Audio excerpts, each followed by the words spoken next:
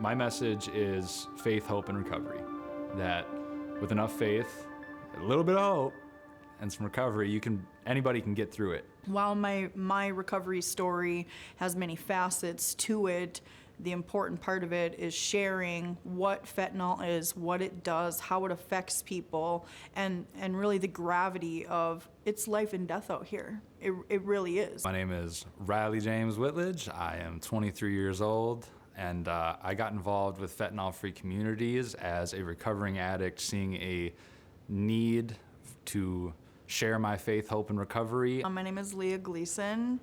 My involvement with Fentanyl Free is that, well, I'm in recovery, right? And so I was in active addiction for almost 20 years.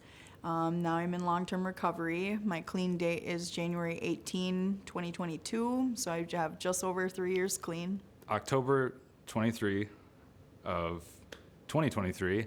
October 23rd, 2023 was my day that I got out of jail. I, before that, was using fentanyl for about 3 years straight, street fentanyl. I got introduced to opiates a couple of years, maybe even before that, and I finally had found something to numb me from everything. I had a rough childhood and a rough upbringing, and I had a strong drug addiction by the time I was about 13 years old, and I dealt with a lot of loss, I dealt with a lot of grief, and I didn't know how to cope with it, so I turned to drugs and alcohol. I then used fentanyl for a really long time with I had an ex-fiance I was using with, and I had to realize through my recovery that part of my addiction was taking accountability for my actions through my fentanyl addiction. And before October 23rd of 2023, I was an evil person. I was using and selling fentanyl and was not the man you see here today.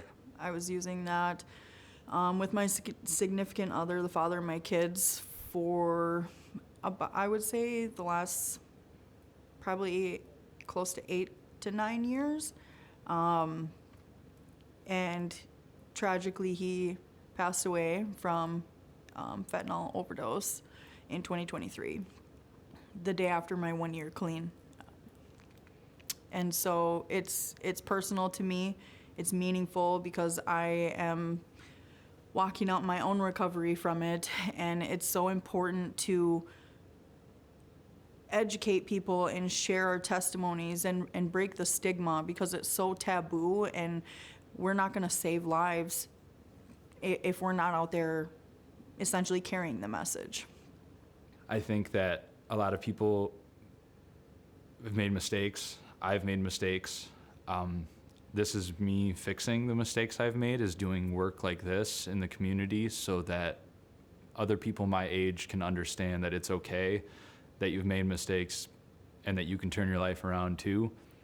I want other young people to know that getting sober at 23 might not seem cool when you first try it, but it was the best decision I ever made in my life. I've heard many times throughout my journey that I don't look like the stereotypical drug user, and sometimes I don't know how to take that. Is there supposed to be a certain look to like, what does it look like to be a drug user?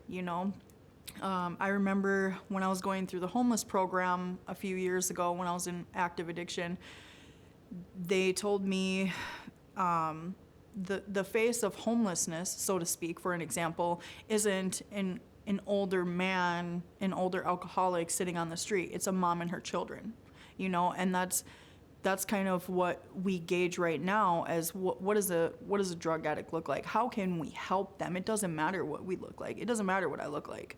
I deserve an equal opportunity to get help, and the way we do that is by sharing our stories, educating ourselves, and talking about how we can be actively involved. Where do we go? Who do we talk to? Just keep doing the next right thing and keep pushing forward, and keep getting your story out there, and that's what helps people, is the relatability of it. We're all human and we need connectability, and part of connectability is not looking at recovering addicts and people who are still in addiction as something they're not. People kind of monsterize them and don't want anything to do with them, and I'm trying to show people that I was that person, and that everybody can change as long as you're given a second chance. So I go out there and I give out Narcan when I can. That's funny, I said twice.